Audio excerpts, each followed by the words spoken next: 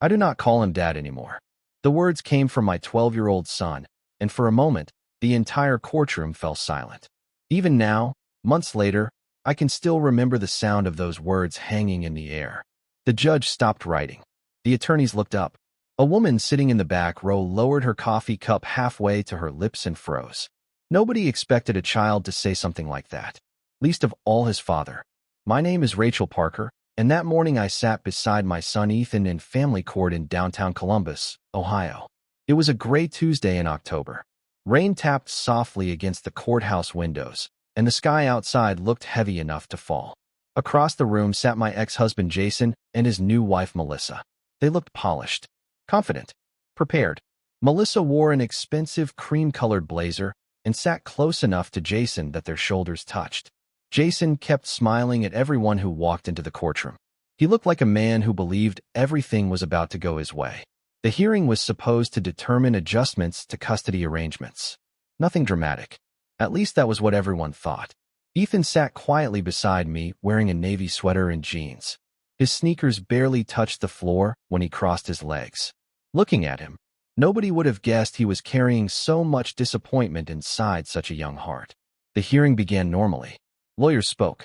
Documents were reviewed. Dates and schedules were discussed. The judge asked questions. Jason answered confidently. He talked about wanting more involvement, more weekends, more time together. Anyone listening for the first time might have believed he was a devoted father fighting to reconnect with his son. Then came the moment that changed everything. The judge turned toward Ethan and smiled kindly. Ethan, you are old enough that your opinion matters. Would you like to tell me how you feel? Ethan looked down at his hands. For several seconds he said nothing. I reached over and squeezed his shoulder gently. He took a slow breath. Across the room, Jason leaned forward. His expression brightened. Go ahead, buddy, he said. Tell the judge you want to spend more time with Dad. Ethan slowly lifted his head. His eyes moved from the judge to his father. The room became so quiet I could hear the hum of the fluorescent lights overhead. Then Ethan spoke. I do not call him Dad anymore. Jason blinked. His smile disappeared instantly. Melissa looked confused. The judge leaned forward slightly. Nobody interrupted. Ethan continued staring directly at his father. There was no anger in his voice. No yelling. No tears.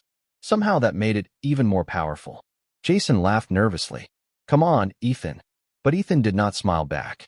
You stopped being my dad a long time ago. The silence that followed felt endless. Jason looked around the courtroom as if expecting someone to rescue him. Nobody did.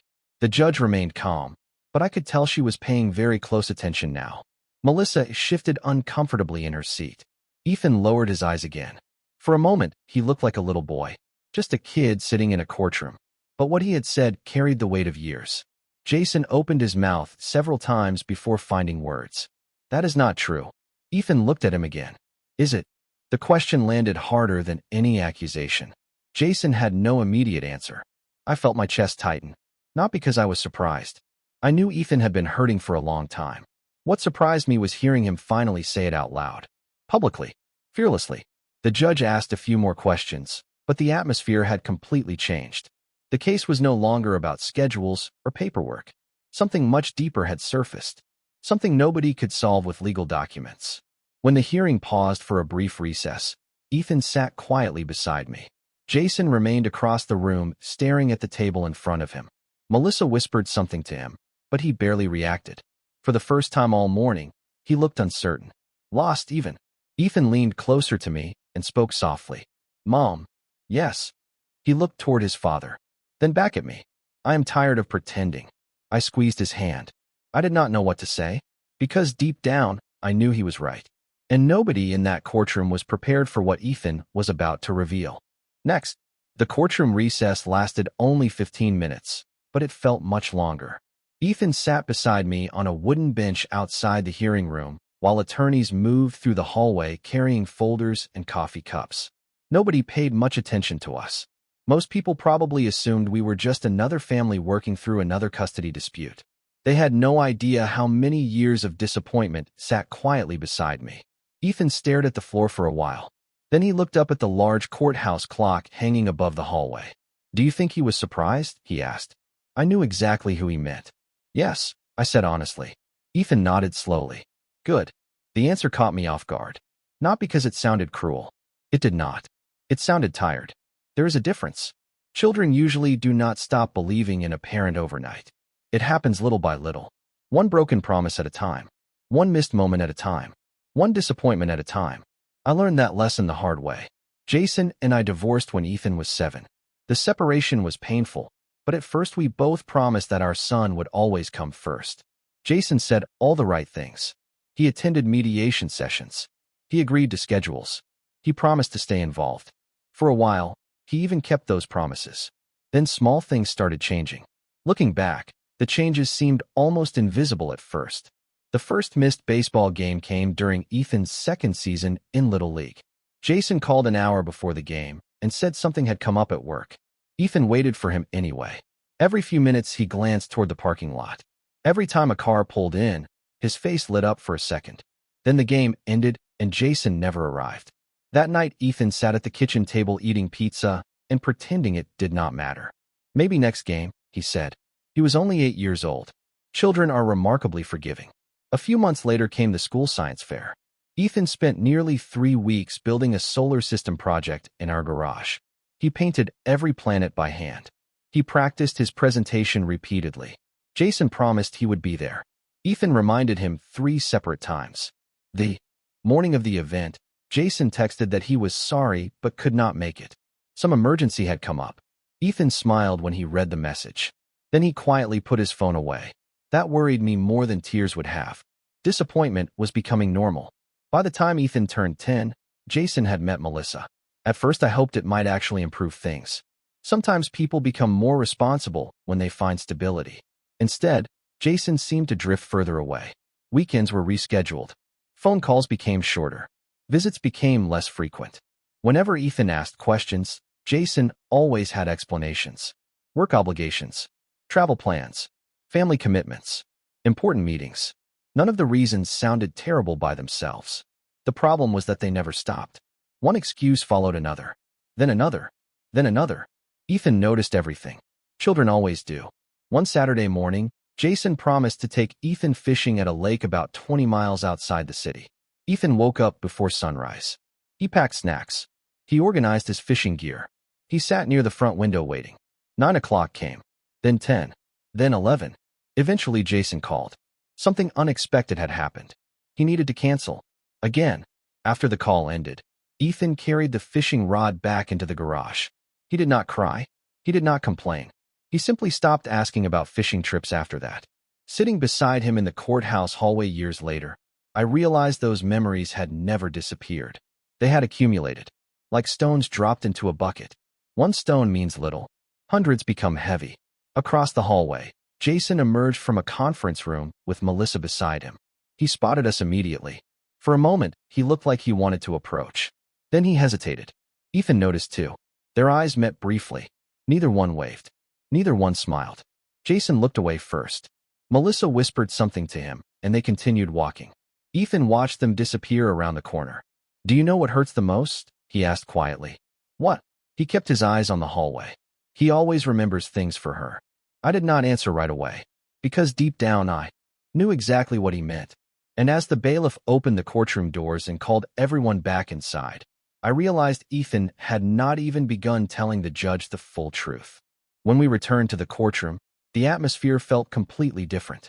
Before the recess, everyone had been discussing schedules, visitation calendars, and legal arrangements. Now the room carried a weight that could not be measured on paperwork. Ethan sat beside me with his hands folded in his lap.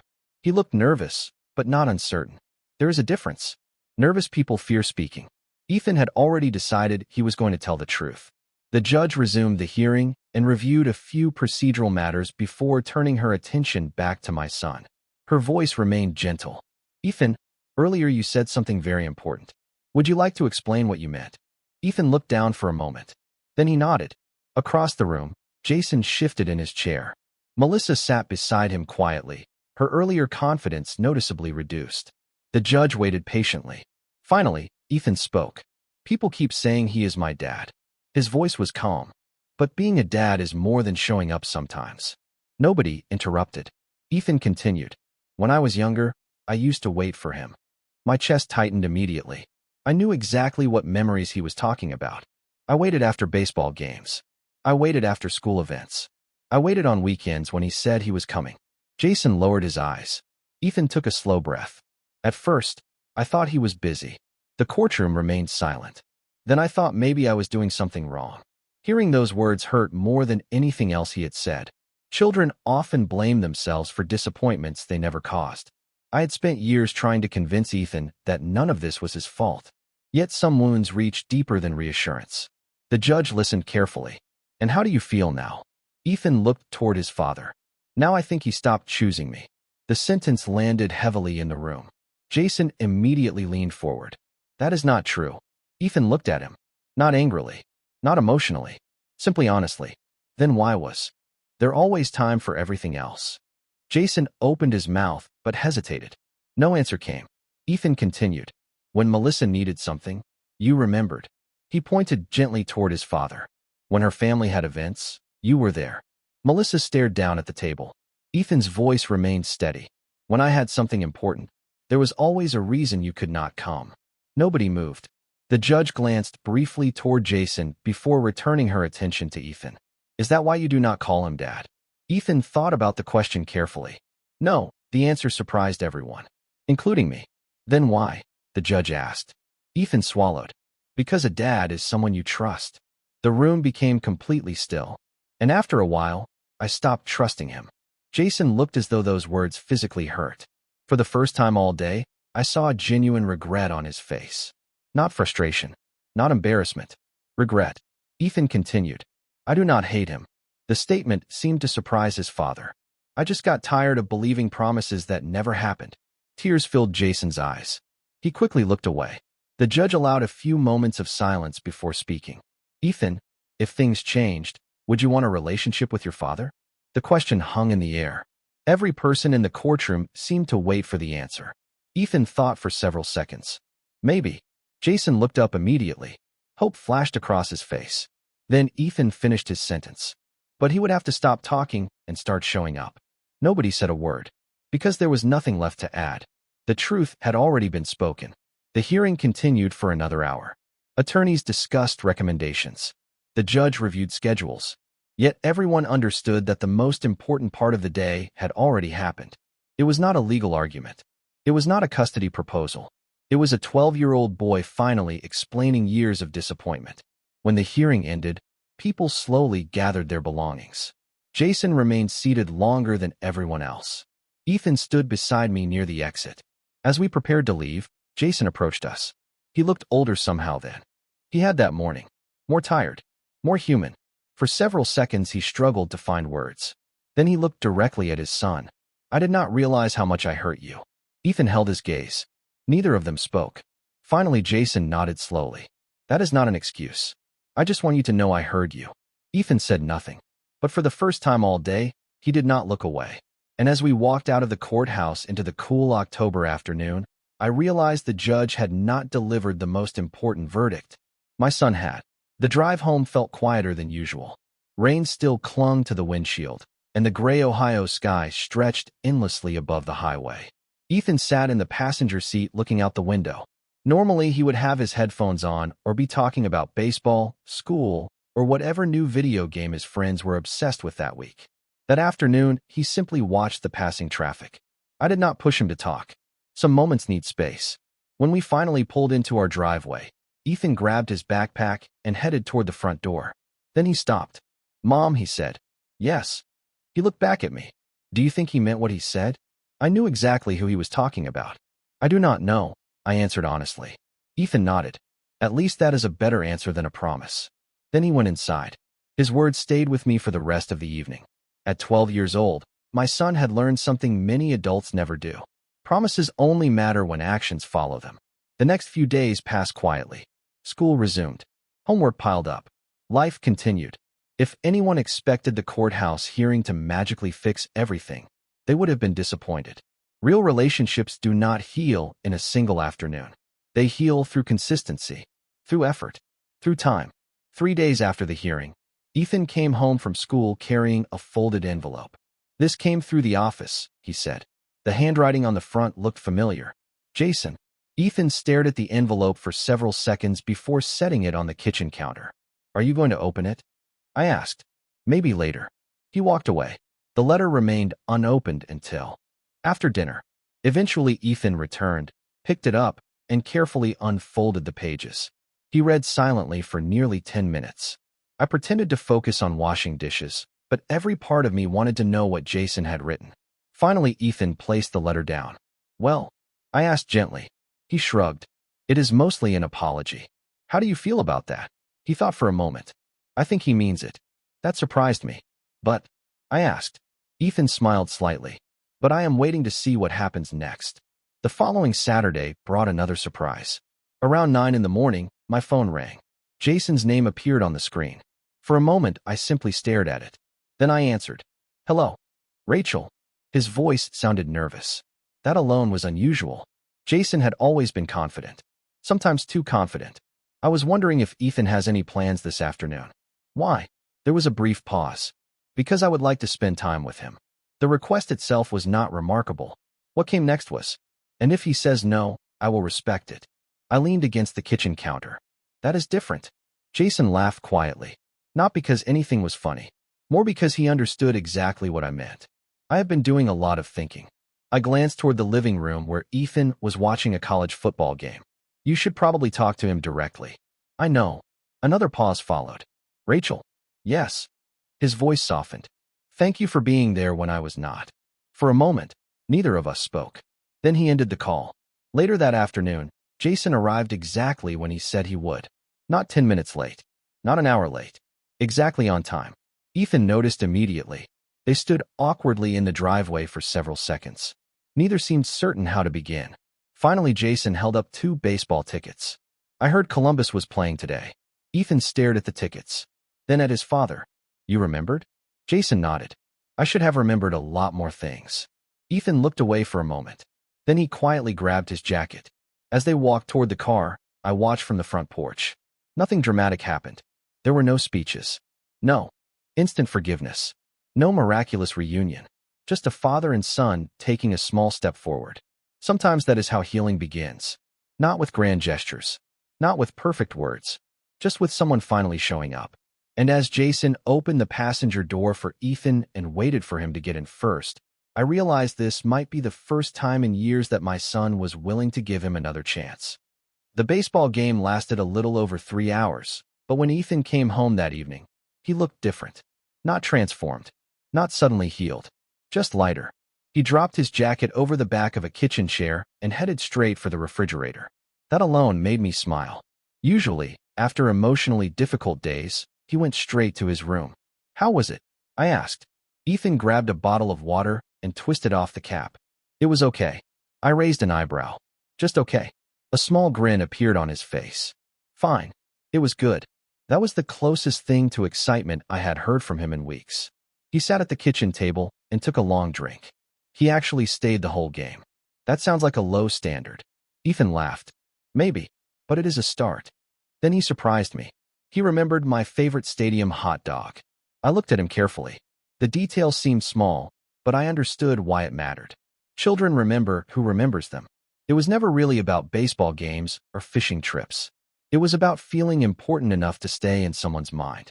Over the next several weeks, something unexpected happened. Jason kept showing up. At first, I assumed it would fade. Old habits are difficult to break. But every Saturday he arrived when he said he would. Every Wednesday evening he called Ethan at exactly 7 o'clock. Not 7:15. Not 7:30. 7. Ethan noticed every single time. One evening I walked past his bedroom and heard him laughing during one of those calls. I stopped in the hallway. The sound felt unfamiliar. Not because Ethan never laughed. Because I had not heard him laugh with his father in a very long time. Still, rebuilding trust was not easy. One Friday afternoon, Ethan came home from school carrying a flyer for a winter awards banquet. He set it on the counter and stared at it for a moment. What is that? I asked. The academic recognition dinner next month. I could immediately tell what he was thinking. Have you told your dad? Ethan shrugged. Not yet. Why not? He looked down at the flyer. Because if I tell him and he says he is coming, then I have to wonder if he actually will. The honesty of that answer broke my heart. Trust is fragile. Once damaged, It does not return simply because someone apologizes. It returns through repetition, through consistency, through time. That evening, Ethan finally texted Jason about the banquet. Less than 2 minutes later, his phone buzzed. Jason's response was simple: "I would not miss it." Ethan stared at the screen for several seconds before putting the phone away. "What did he say?" I asked. "He said he would be there." I waited. And Ethan exhaled slowly. Now we see. The banquet arrived 4 weeks later. Families filled the high school auditorium. Parents carried flowers and cameras. Teachers organized students backstage. I sat in the third row beside an empty seat. Ethan sat with the other honorees waiting to be called. The ceremony was scheduled to begin at 6 o'clock. At 5:58, the seat beside me remained empty. My stomach tightened. Old fears returned immediately. I hated that they did. At 6 o'clock sharp, the auditorium doors opened. Jason walked in. Alone. No distractions. No excuses. No last-minute phone call. He spotted me and gave a small nod before taking the seat beside me. "Did I make it?" he whispered. "Barely." He smiled. "Still counts." A few minutes later, Ethan's name was announced. He walked across the stage wearing a button-down shirt and nervous expression. The principal handed him a certificate while families applauded. Then something happened that caught me off guard. Ethan looked into the audience. For years, his eyes always searched for one person who often was not there. This time he found him. Jason immediately stood and applauded louder than anyone around him. Ethan's face lit up. Just for a second. But it was there. Real. Unforced. Proud. After the ceremony ended, parents gathered for photographs. Jason approached carefully, almost as though he still was not sure he belonged there. Ethan held the certificate in one hand and looked at him. "You came." Jason nodded. "I told you I would." Neither spoke for a moment. Then Ethan handed me his certificate and turned back toward his father. "Thank you." The words were simple, but judging by the look on Jason's face, they meant everything. And as the three of us stood together beneath the bright auditorium lights, I realized that trust was not returning all at once. It was returning one kept promise at a time. Winter slowly gave way to spring, and for the first time in years, our family settled into something that felt almost normal. Not perfect, not effortless, just steady. Jason continued showing up. Week after week, month after month.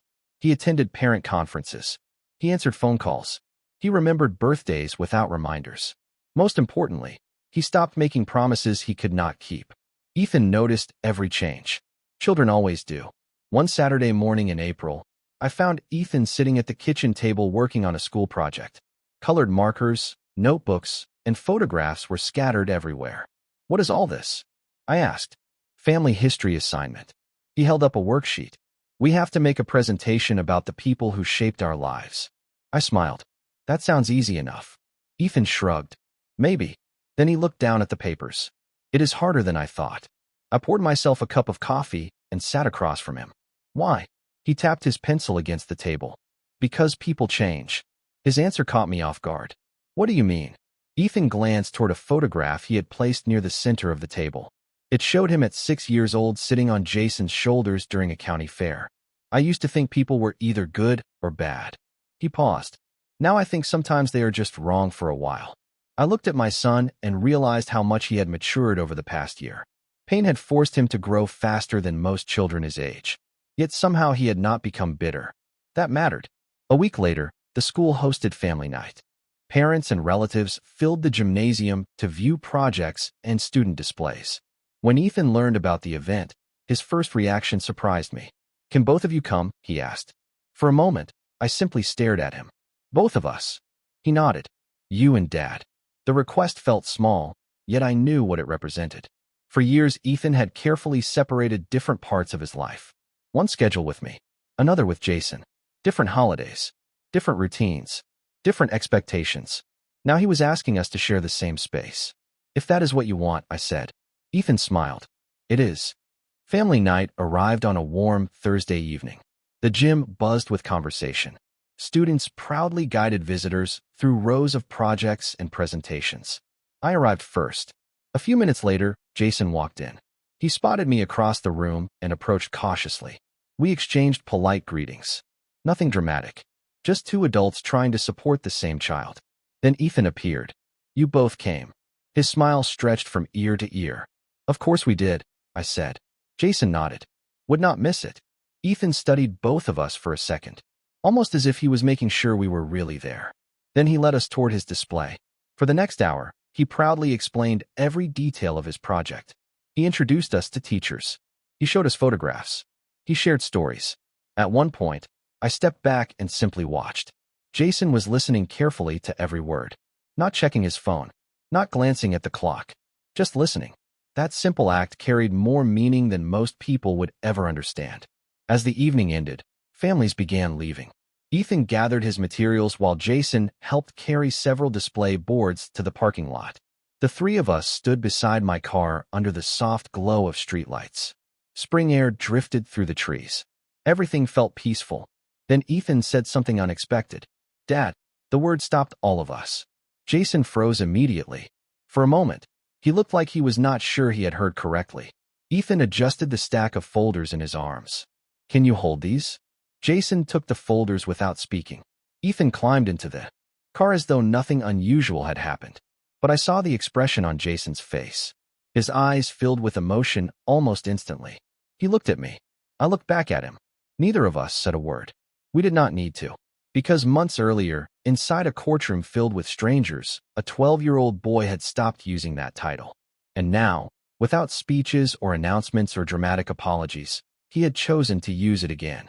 Not because anyone demanded it. Not because a judge ordered it. Because trust had slowly found its way home. That summer felt different from any summer we had experienced in years. Not because life suddenly became easy. Families rarely work that way. The difference was that nobody spent energy pretending anymore. Jason no longer acted like an involved father when he was not. He became one through consistent effort. Ethan no longer buried his disappointment behind polite smiles. He spoke honestly, and I stopped carrying the responsibility of holding everything together by myself. One Saturday morning in June, Ethan came running into the kitchen carrying a registration form. Mom, tryouts are next month. I looked up from my coffee. For the travel team? Ethan nodded enthusiastically. Baseball had always been his favorite sport. For years he played recreational leagues. But this team was different. More competitive. More demanding. More opportunities. That is exciting, I said. Ethan grinned. Coach thinks I have a chance. Then his expression changed slightly. I recognized that look immediately. Hope mixed with caution. Have you told your dad? I asked. Not yet. He stared at the paper for a moment. But I want to. An hour later, Jason arrived to pick Ethan up for lunch. Before they left, Ethan handed him the registration form. Tryouts are July 12th. Jason read it carefully. That is a big deal. Ethan nodded. Yeah. Jason folded the paper and slipped it into his wallet. Then I will be there.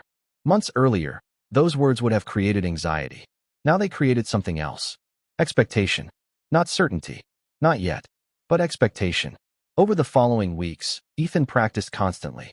He spent hours in batting cages. He worked on fielding drills in the backyard. He watched instructional videos and studied professional players. More importantly, Jason joined him. Sometimes they spent entire Saturday mornings at a local baseball complex. Other times they simply played catch in the park. None of it erased the past, but it created something new. Shared memories. One evening, Ethan came home exhausted after practice and collapsed onto the living room couch. Dad says my swing is improving. The statement made me smile. And what do you think? Ethan laughed. I think he is probably right. Then he paused. You know, he used to say things just to make me feel better. And now? Ethan looked thoughtful. Now I think he tells me the truth. That observation stayed with me. Trust is not built through compliments. It is built through honesty. July finally arrived. The morning of tryouts dawned clear and warm. The baseball complex buzzed with activity. Families lined the fences. Coaches carried clipboards. Players stretched and warmed up beneath a bright blue sky. Ethan looked nervous. That is normal, I told him. Easy for you to say. I laughed. You are right. I am not the one trying out. Jason arrived 20 minutes early. Not only was he on time, he brought a folding chair, a cooler of water bottles, and enough snacks to feed half the team. Ethan noticed immediately. You really came prepared. Jason smiled. I am learning. The tryout lasted nearly 4 hours.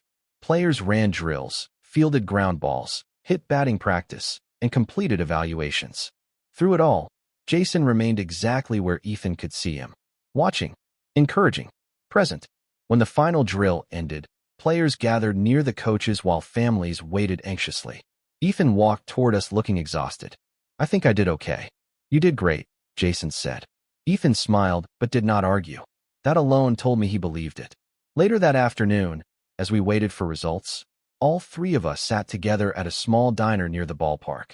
It was nothing special, just hamburgers, fries, and cold drinks. Yet something about the moment felt important. Natural, comfortable, the kind of family moment most people take for granted. Then Ethan looked across the table at his father. You know what is funny? Jason raised an eyebrow. What? Ethan smiled. The day in court, I thought everything was over. Jason became quiet. And now? Ethan took a sip of his soda. Now I think maybe it was actually the beginning. For a long moment, nobody spoke. Then Jason nodded slowly. And judging by the emotion in his eyes, he understood exactly what his son meant. 2 days after the tryouts, the results were posted online. Ethan was sitting at the kitchen table refreshing the page every few minutes while pretending not to care. I was making dinner when I heard a sudden shout from the other room. Mom, I nearly dropped a wooden spoon. What happened? Ethan came running into the kitchen, holding his laptop. His face was brighter than I had seen in years. I made the team. For a second, neither of us spoke. Then I wrapped him in the biggest hug I could manage. Ethan laughed. Mom, I cannot breathe. You will survive. He grinned. Probably. A few moments later his phone rang. Jason. Ethan answered immediately. Hello. I could hear Jason's excited voice even from across the room. Ethan's smile grew wider with every passing second. Yeah. He laughed. I know. Then he looked at me. Dad says we should celebrate. Hearing that word still caught my attention sometimes. Not because it felt strange anymore. Because it felt earned. Later that evening, the three of us met at a small local restaurant near the ballpark.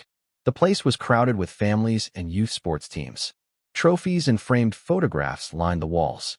It felt exactly like the kind of place Ethan loved. Jason arrived first. He was already sitting at a table when we walked in. Beside him sat Melissa. For a brief moment, Ethan looked surprised. So was I. Melissa stood and smiled warmly. Congratulations. Ethan smiled back. Thank you. She handed him a small gift bag. Inside was a new baseball glove. Not an expensive professional model. Just a thoughtful gift chosen by someone who knew what mattered to a 12-year-old boy. Ethan examined it carefully. This is awesome. Melissa smiled. I am glad you like it. Throughout dinner, I found myself observing something I had not expected. Nobody seemed uncomfortable. There was no tension, no competition, no awkward attempts to revisit the past. Melissa asked about baseball. Ethan talked about school. Jason listened. At one point, Ethan began describing a difficult fielding drill from tryouts. Halfway through the story, he became animated and excited. The conversation flowed naturally. For years, family interactions had felt fragile, as though one wrong word might break everything. That night felt different, stronger. As dinner ended, Melissa excused herself to take a phone call outside.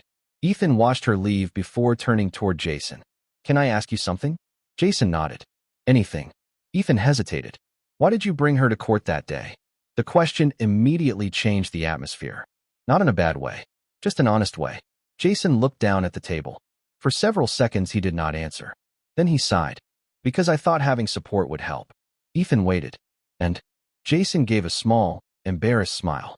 And because I thought everyone would see things my way. Ethan nodded slowly. Did they? Jason laughed quietly. Not exactly.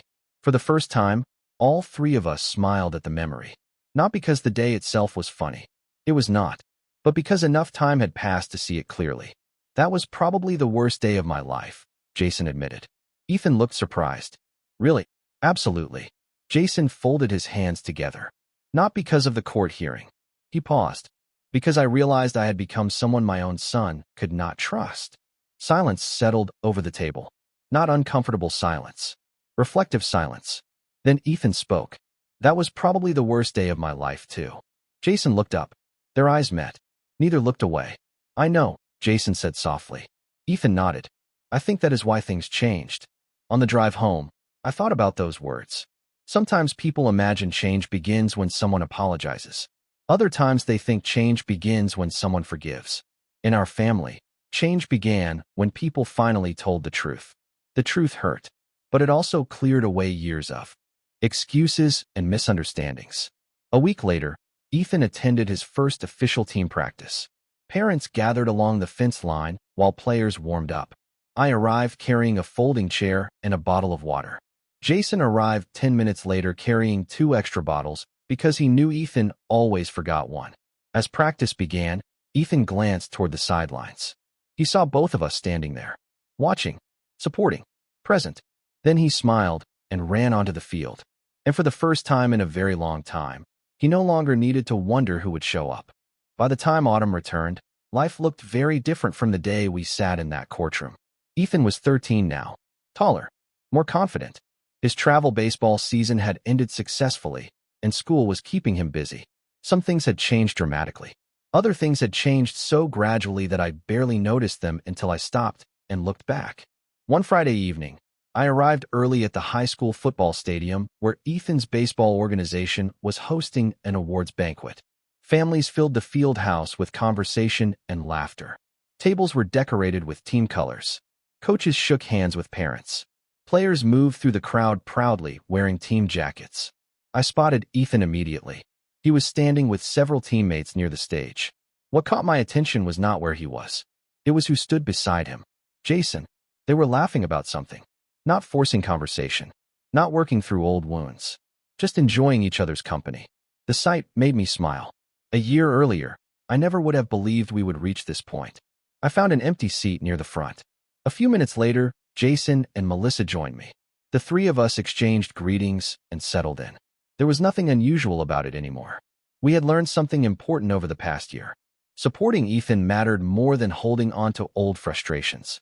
The banquet began with speeches from coaches and volunteers. Awards followed. Team highlights played on a large projector screen. Eventually, Ethan's age group was called to the stage. One by one, players received certificates and recognition. Then the head coach stepped to the microphone. There is one player we would like to recognize for something beyond athletics. The room became quiet. The coach smiled. This award is given to a player who demonstrated leadership, character, and perseverance throughout the season. He looked toward the line of players. Ethan Parker. Applause filled the room. Ethan looked genuinely surprised as he stepped forward. The coach handed him a plaque and shook his hand. Then he said something that made my eyes fill with tears. This young man reminds us that resilience is not about never facing disappointment. It is about choosing who you become afterward. Ethan accepted the award and thanked him quietly. As he turned toward the audience, his eyes searched the room, just like they had years ago during baseball games and school events. Only this time, something was different. He did not find an empty seat. He found all of us. Me, Jason, Melissa. Every person who cared about him was there. Present, watching, supporting. After the ceremony ended, families gathered for photographs. Coaches congratulated players. Parents snapped pictures. Ethan walked over holding his plaque. "Can we take one together?" he asked. "Of course," I said. A volunteer offered to take the photo. Ethan stood in the middle. I stood on one side. Jason stood on the other. Melissa joined us. The camera flashed, then flashed again. Looking at that moment, nobody would have guessed how much pain had once existed between us. Not because the past disappeared, because people had chosen to learn from it. As the evening came to an end, families slowly filtered toward the parking lot. The air felt cool and crisp. Autumn leaves drifted across the pavement. Ethan carried his award under one arm while talking about next season. Jason listened carefully. Melissa laughed at one of his jokes. Everything felt ordinary. And sometimes ordinary is the most extraordinary outcome of all. Before we reached our cars, Ethan suddenly stopped walking. "You know what?" he said. We all looked at him. He smiled. "I'm glad that day happened." Jason looked surprised. "The day in court?" Ethan nodded. "Yeah." Nobody spoke for a moment. Then Ethan shrugged. "It hurt. But if I never said what I said, nothing would have changed." Jason stared at him quietly. Finally, he nodded. "You are probably right." Ethan smiled. "I know I am." We all laughed. Then Jason placed a hand on his son's shoulder. A simple gesture. One that once would have felt uncertain. Now it felt natural. As we said our goodbyes and headed toward our cars, I thought back to that rainy morning in family court. The silence. The disappointment. The heartbreak. At the time, It felt like an ending. It felt like something precious had been lost forever. But I understand now that it was not an ending at all. It was a beginning. A painful beginning. An honest beginning. The day a young boy stopped pretending was also the day his family finally started telling the truth. And in the end, the most important victory was not won in a courtroom. It was won through accountability, patience, forgiveness, and the choice to keep showing up. Every single day. Several months passed after the awards banquet, and life settled into a rhythm that once seemed impossible. The calendar moved forward the way it always does, carrying ordinary days with it. School projects, baseball practices, grocery store trips, family dinners. The remarkable thing was that ordinary no longer felt fragile. It felt dependable. One Saturday morning in early spring, I stood in the kitchen making pancakes while sunlight streamed through the windows. Ethan sat at the table finishing homework. His baseball gear rested near the door, ready for practice later that afternoon. The house felt peaceful. The kind of peaceful that comes not from perfection, but from stability. My phone buzzed on the counter. A text message from Jason. Running 5 minutes early. See you at the field. I smiled when I read it. There was a time when those words would have sounded impossible. Ethan noticed my expression. Dad, he asked. Dad, I confirmed.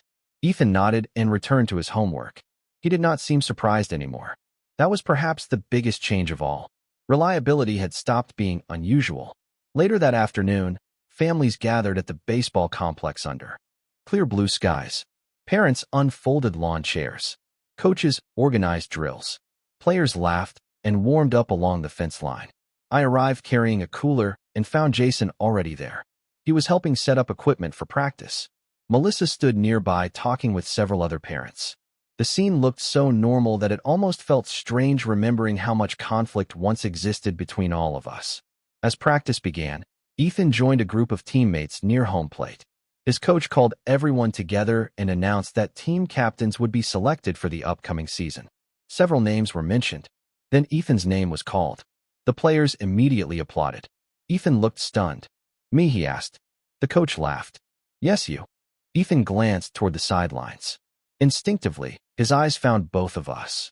Me and Jason, standing there together, supporting him. The pride on his face was impossible to miss. After practice ended, the coach pulled me aside briefly. You should be proud of him. I am. The coach nodded. He works hard. But more importantly, the younger players look up to him. I thanked him and watched Ethan helping collect equipment without being asked. Leadership, responsibility, confidence. Those qualities had grown quietly over the previous year. Not because life became easier, because he learned how to navigate difficulty without letting it define him. As the sun began setting, families slowly packed up and headed home. Ethan climbed into Jason's truck because they planned to grab dinner before returning. Just before he closed the passenger door, he paused. Mom. Yes. He smiled.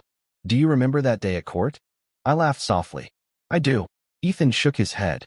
I cannot believe how different everything is now. Neither could I. Jason leaned against the truck and looked toward his son. Sometimes people need to hear the truth. Ethan grinned. Sometimes they need to listen to it too. We all laughed. Then Ethan climbed into the truck and buckled his seatbelt. Before Jason got behind the wheel, he looked at me for a moment. Not as an opponent. Not as someone from a difficult chapter of his past. Simply as the mother of his son. Thank you, he said quietly. For what? His expression softened. For never giving up on him. I glanced toward Ethan. That was never an option. Jason nodded. I know. A few moments later, they drove away toward the restaurant. I stood in the parking lot watching the truck disappear around the corner. The evening air felt warm, peaceful, familiar.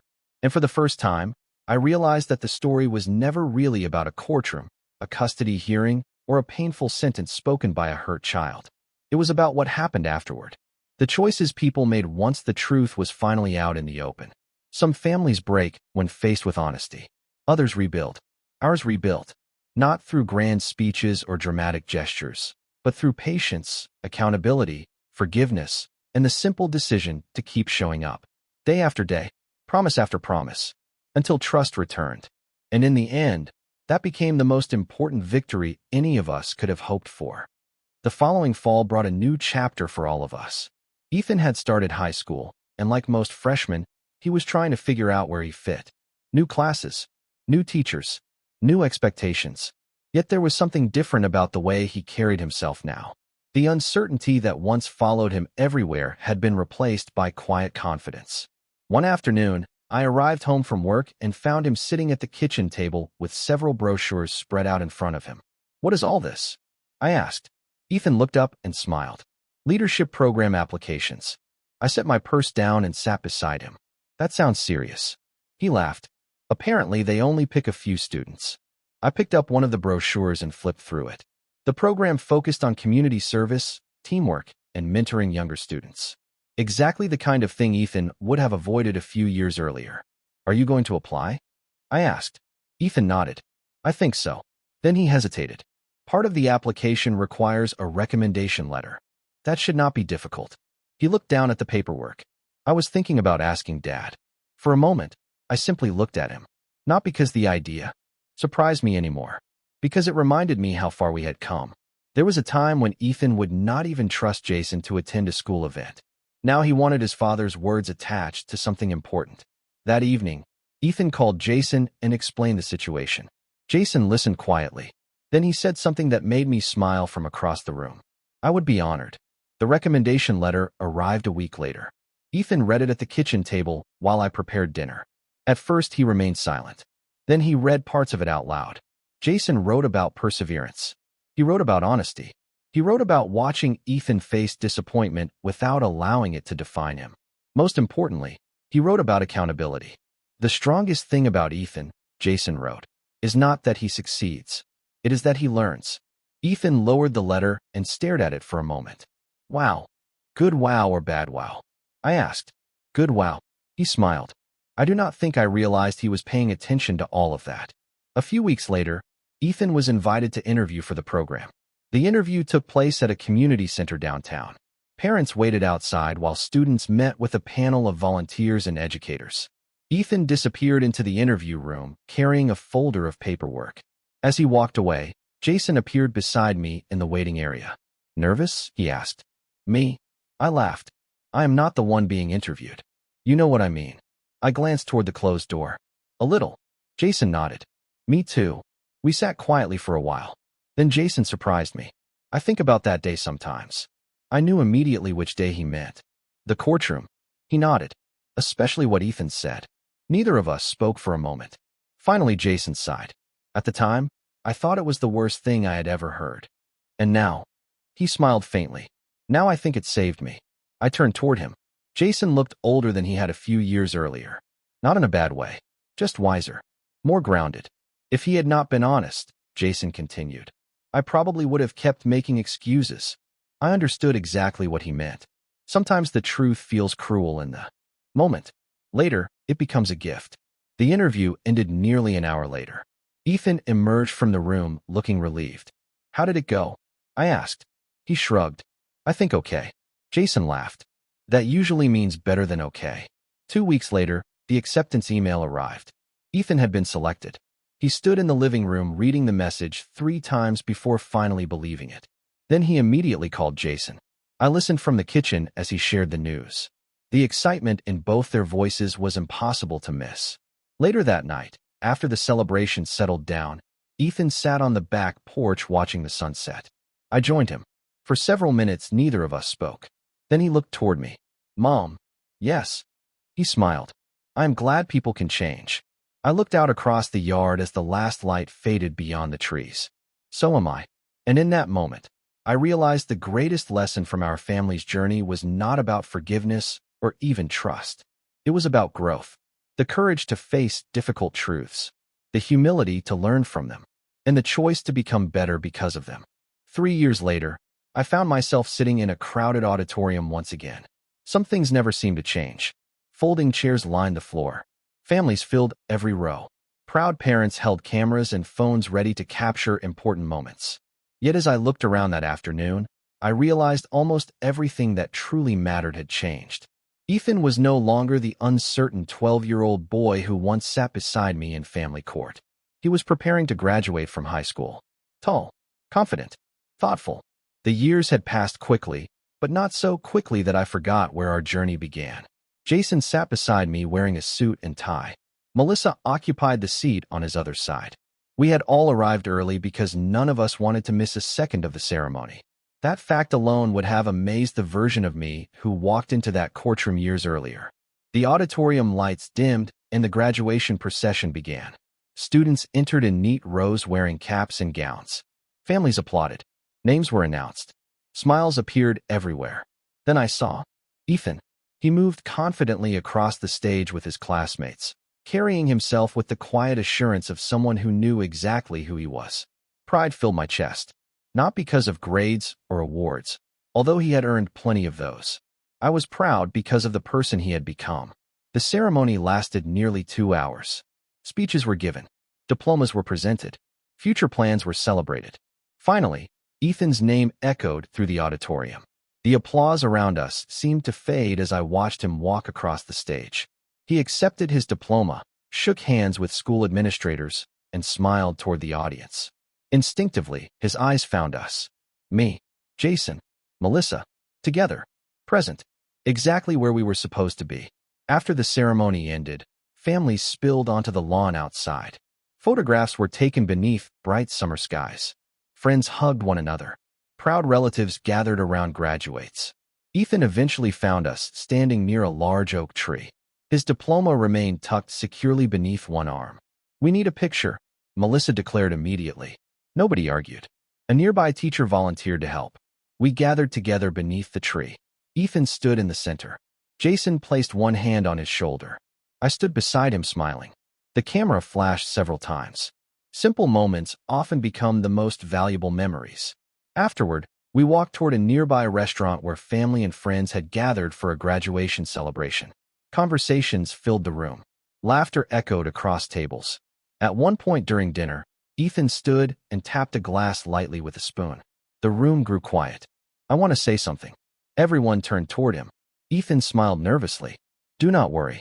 It will be short." Laughter spread through the room. Then his expression softened. "A lot of people helped me get here." He thanked teachers, coaches, friends, family members. Then he looked directly at me.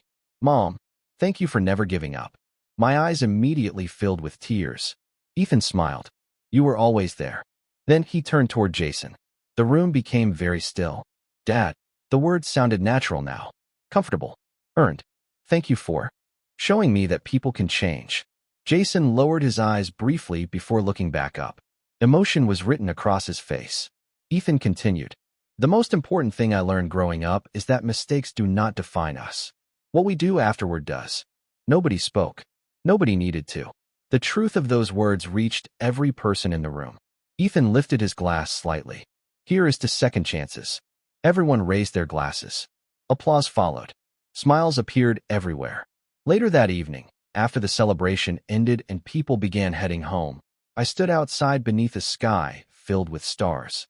Ethan and Jason were loading gifts into a vehicle nearby. Their conversation drifted across the parking lot. Easy, natural, genuine. Watching them, I thought back to that rainy morning years earlier when a hurt little boy finally spoke the truth. At the time, it felt like a breaking point. Looking back now, I understand it was a turning point instead. Sometimes honesty creates distance. Other times it creates the possibility of healing. In our family, it created both. The road was not easy. Trust returned slowly. Forgiveness took time. Accountability required effort. But every difficult step eventually led us here. Not to perfection, something better. Understanding. As I watched Ethan laugh at something Jason said, I realized the greatest lesson from our story was surprisingly simple. Love is not proven through words alone. It is proven through presence, through consistency, through showing up when it matters. And sometimes the strongest families are not the ones who never break. They are the ones willing to rebuild. 5 years later, I found myself standing beneath a bright summer sky on a college campus nearly 300 miles from home. The trees lining the walkways swayed gently in the breeze, and groups of students moved across the grounds carrying backpacks, coffee cups, and plans for the future. Ethan was 23 years old now. Looking at him, it was difficult to reconcile the confident young man walking beside me with the 12-year-old boy who once sat in a courtroom carrying years of disappointment. Time has a way of revealing what truly matters. Some wounds fade. Some lessons remain. This weekend marked a special occasion. Ethan had completed graduate school, and accepted his first full-time leadership position with a nonprofit organization focused on mentoring young people. It was exactly the kind of work that fit who he had become. He understood struggle. He understood growth. Most importantly, he understood the impact one person can have when they choose to show up consistently. We gathered that evening at a small restaurant near campus. Nothing extravagant, just family sharing a meal together. Jason arrived with Melissa. I arrived a few minutes later. Ethan had reserved a table overlooking a river that ran through the city. The atmosphere felt warm and relaxed. Conversations flowed easily. Laughter came naturally. At one point during dinner, Ethan excused himself and disappeared briefly. When he returned, he carried a small envelope. "I have something for both of you," he said. Jason and I exchanged curious glances. Ethan handed each of us a folded card. "Open them." I unfolded mine carefully. Inside was a simple photograph. It showed the three of us standing together after one of Ethan's baseball games years earlier. Jason received the same picture. On the back, Ethan had written a short message. "Thank you for teaching me that family is not about being perfect. It is about being present." For several seconds, nobody spoke. The words were simple, yet they carried the weight of an entire journey. Jason stared at the photograph quietly. Eventually, he looked toward his son. "I do not deserve all the credit for that lesson." Ethan smiled. "Maybe not." Then he glanced at me. "But you both helped teach it." Melissa reached over and squeezed Ethan's shoulder. "You learned it well." The evening continued with stories and memories. We talked about baseball seasons, school events, road trips, family gatherings, ordinary moments that became meaningful because we experienced them together. Later, as dessert arrived, Ethan leaned back in his chair and laughed. "You know something funny?" Jason raised an eyebrow. "What?" Ethan smiled. "People sometimes ask me what changed my life." The table grew quiet. "And what do you tell them?" I asked. Ethan thought for a moment. "I tell them there was a day when everyone stopped pretending." Jason immediately understood. So did I. No explanation was necessary. "The strange thing," Ethan continued, "is that I thought honesty would destroy everything." He looked around the table. Instead, it gave us a chance to rebuild. Nobody rushed to respond. The truth of those words deserved a moment of silence. Eventually, Jason nodded. "I spent years wishing I could take back certain mistakes." Ethan smiled gently. "Then I spent years wishing they never happened." He paused. "Now I think those mistakes forced all of us to grow." The sun slowly began setting beyond the river outside the restaurant windows. Golden light filled the room. For a moment, I simply sat there and watched the people around me. My son, my former husband, Melissa, the family we became. Not the family we expected, not the family we planned, but the family we chose to build through patience, honesty, accountability, and grace. As the evening ended and we stepped outside into the warm summer air, Ethan stood between Jason and me. The same way he once stood between us for photographs after baseball games and graduations. Only now there was no uncertainty, no unfinished healing, just gratitude. Before heading toward our cars, Ethan looked at both of us and smiled. "Thank you for showing up." The words were simple, yet they perfectly captured everything that mattered. Because in the end, the story was never about a courtroom. It was never about who was right or wrong. It was about what happened when people chose responsibility over excuses, truth over comfort, and presence over promises. And standing there beneath the fading evening sky, surrounded by the people who mattered most, I realized that sometimes the strongest families are not the ones who never lose their way. They are the ones who find their way back.